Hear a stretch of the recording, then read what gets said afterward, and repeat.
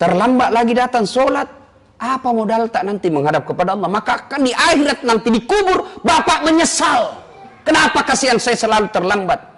Hayya 'alas shalah.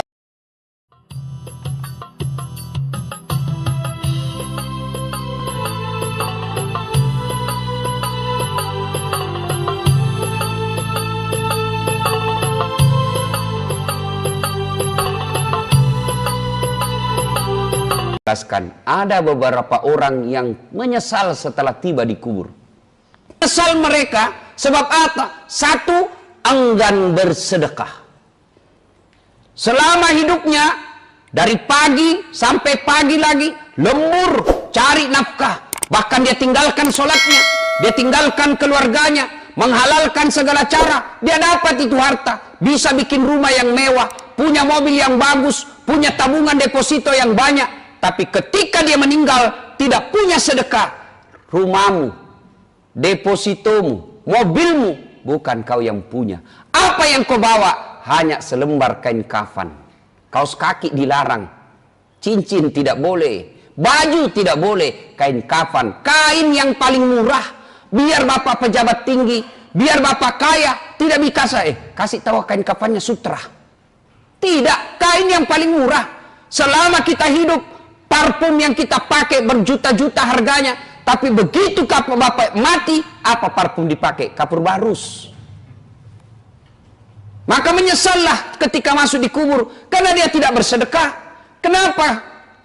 Sedekah ini yang membuat kita menyesal.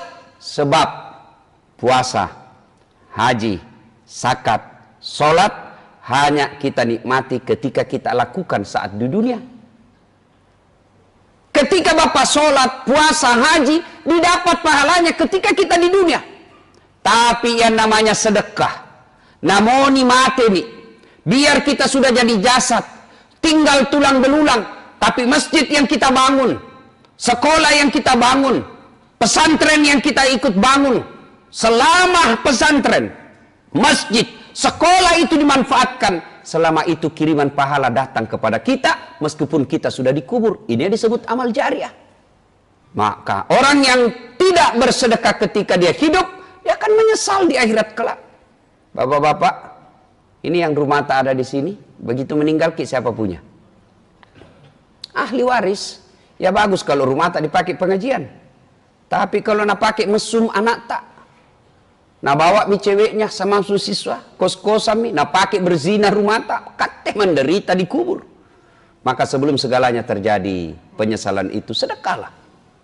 Golongan kedua yang menyesal di akhirat kelak, di kuburnya kelak, kata Nabi, adalah mereka yang mendengar panggilan azan lalu dia tidak datang. Termasuk yang selalu terlambat. Itu menyesal kau nanti ketika di akhirat. Kau datang memang sholat Jumat, tapi azan pi orang kau sampai. Itu pun kau merokok dulu di depan. Jangan kau dulu masuk. Cari carama, sallu carama. Sambayang pi kama pi baru masuk. Menyesal kau nanti dikubur. Dengar ini yang selalu terlambat sholat Jumat. Dengar Pak ya. Tanda-tandai bukanya. Dan itu terung itu. Itu kemarin yang terlambat. Itu juga minggu lalu. Itu lagi yang terlambat ini. Mau masuk surga. Nenekmu patah. Coba kita lihat itu. Sholat 5 waktunya tidak ada. Sholat 5 waktu tidak ada. Jumat saja dia mengaku Islam. Itu pun paling terlambat datang, paling cepat pulang. Dan Jumat-Jumat begitu. Mau masuk surga. Coba kita lihat ini. Yang selalu terlambat, dengar baik-baik. Sah sholat Jumat tak? Sah. Tapi tidak ada di buku absen. Ketika hatib sudah Assalamualaikum warahmatullahi wabarakatuh, bukunya malaikat daftar hadirnya ditutup. Yang datang sudah tidak dicatat namanya. Di akhirat kelak Anda akan menyesal. Mana namaku di buku absen? Ada kok memang, tapi terlambat kok. Dan Jumat-Jumat Bapak lakukan. Sudah dikasih tahu begini, tidak ada perubahan. Itu yang nasindir Allah dalam Al-Quran. Wa dhawa'un alaihim a'anzartahum am lam tunsirhum la yu'minun. Kau sampaikan ayat Allah atau tidak, kau ceramai atau tidak, mereka tidak akan berubah. Kasar hatinya, mati hatinya. Kata bahasa hadis, kaswatul qalbi, maka doati. Mudah-mudahan Jumat depan tidak mikir begitu. Coba kita dibilang wali kota ki, barangkali banyak mau ditandatangan di kantor. Banyak orang datang pelayanan publik. Tapi kata pengangguran jah. Terlambat lagi datang sholat. Apa modal tak nanti menghadap kepada Allah? Maka akan di akhirat nanti dikubur, bapak menyesal. Kenapa kasihan saya selalu terlambat? Hayya 'alas shalah. Mari menunaikan sholat. Nabi bilang temannya, pergi masjid. Apa Nabi bilang? Malas kak deh, kenapa? Itu imam di situ selalu duduk sambayang. Nah, itu dia cari pembenaran bagaimana supaya dia tidak datang ke masjid. Anda akan menyesal nanti ketika masuk dalam kubur.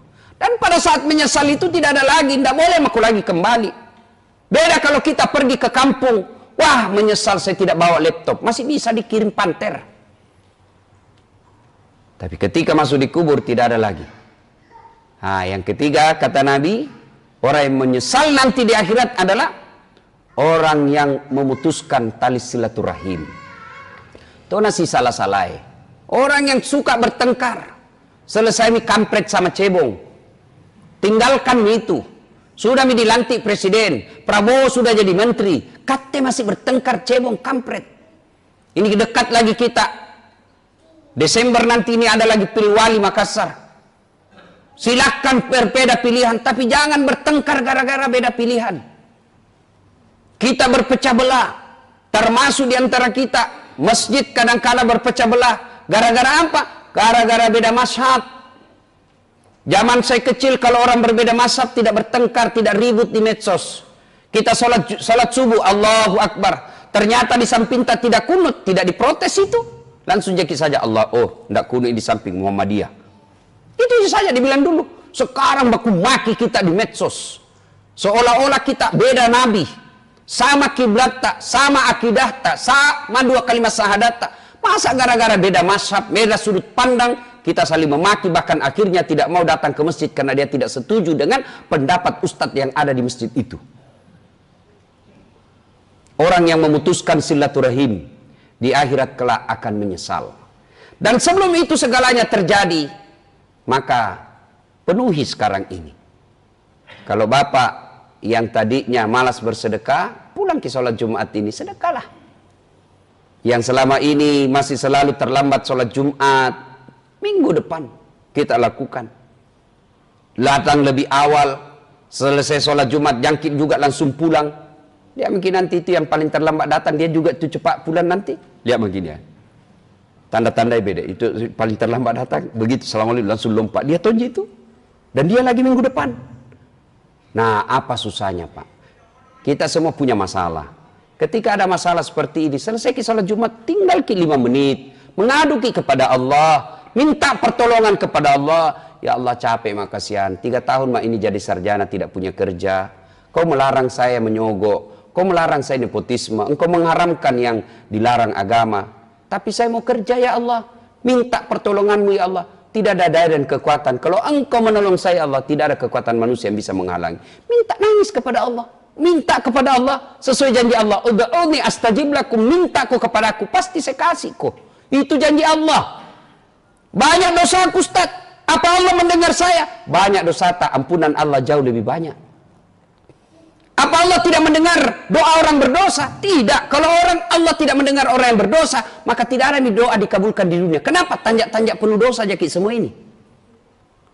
Lalu orang yang baik itu bukan orang yang tidak punya dosa. Orang yang baik, dia sadar salah, lalu dia tobat, dan dia tidak ulang, lalu dia ganti kebaikan. Itulah orang baik. Kita baru tahu bahwa orang yang terlambat sholat Jumat tidak masuk daftar. Tobat sebentar. Ya Allah, ampuni saya ya Allah. Ya Allah, bimbing saya agar saya tidak ulang lagi Jumat depan. Karena tanpa hidayah dari Allah biasanya kita ulang. Maka kita diajarkan doa dalam Al-Baqarah akhir-akhir, Rabbana la tuzigh qulubana ba'da idh hadaitana wa hab lana min ladunka rahmah. Ya Allah, jangan kau palingkan hati hamba setelah engkau berikan hidayah dalam diri hamba. Dan kalau kita merasa ada musuh tak di sini komplek, sudah segeralah datang minta maaf. Maafkan saya Pak, saya hilaf, saya adik, saya emosi. Maafkan saya. Sudah minta maaf Ustaz, dia tidak maafkan saya, bukan urusan tak. Yang penting minta maaf Ki. Selama masih bilang Ki saya kakak, saya dosennya, saya senior, saya pejabat, saya orang kaya, masa saya minta maaf sama dia? Itu setan yang bisik kita seperti itu.